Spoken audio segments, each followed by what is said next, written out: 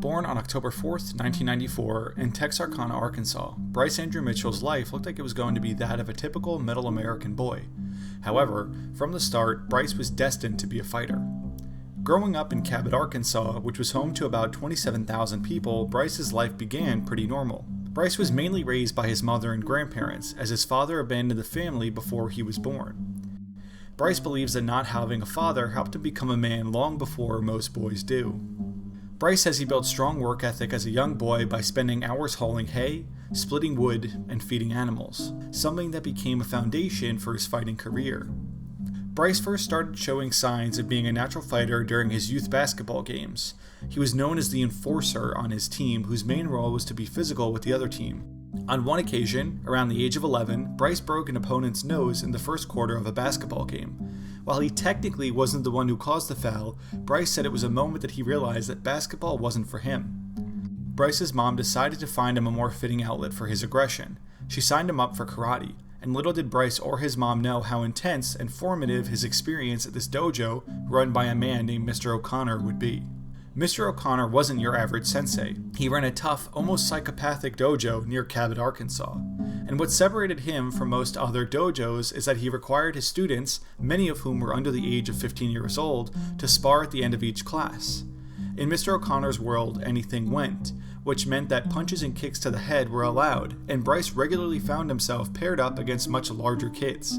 When he tried to run off the mat and avoid these dangerous encounters, Mr. O'Connor would yell at him to stay and fight.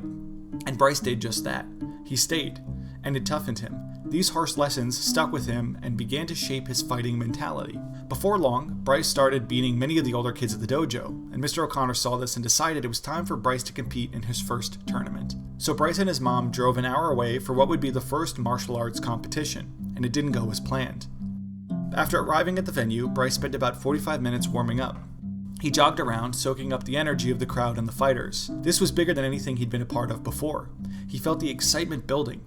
When it was time, he was rushed to the mat to meet his opponent. The referee explained the rules, and they were sent to their corners. When the fight started, Bryce immediately sprinted across the mat and punched his opponent square in the face. The ref blew his whistle instantly, and Bryce was disqualified. Confused, he looked around, not understanding what he did wrong.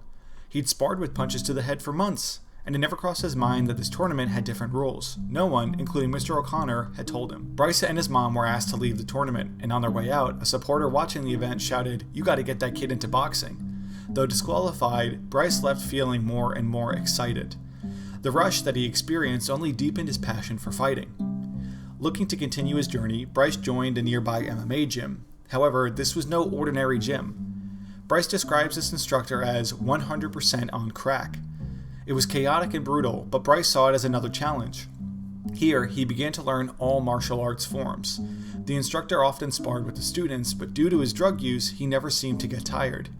Bryce faced many beatings that pushed him to his limits. He remembers multiple times when the instructor nearly knocked him out. Still, Bryce kept coming back. He trained 6 or 7 days a week, determined to improve no matter how rough it got. Eventually, that gym got shut down, but by then, Bryce had already developed a mental and physical toughness far beyond his years. This experience pushed him towards his next chapter, where he found a much more stable environment and a mentor who would be able to shape his career. Bryce began training under Coach Willie, or Pa, as Bryce affectionately calls him. Willie became a real father figure, teaching Bryce not only how to fight, but fight smart. Under Willie's guidance, Bryce redefined his raw aggression and began competing more seriously. While he continued to develop his MMA skills, Bryce excelled in wrestling at Cabot High School. He became one of Arkansas's top wrestlers, finishing 2nd and 4th in the state championship during his junior and senior years. Wrestling sharpened his grit and mental fortitude, adding more layers to his fighting style. And after high school, Bryce went on to attend Harding University to study economics. While balancing school, he stayed dedicated to fighting. He also made a critical decision. He stopped drinking. After experiencing how hangovers affected his training, Bryce realized he couldn't let anything hold him back. He said, quote, "I got rid of anything that impeded my martial arts training." And the rest, as they say, is history. Bryce Mitchell's life seemed to be pointed in one direction, and that was towards fighting. Whether it was nature or nurture, Bryce was born to do what he's doing.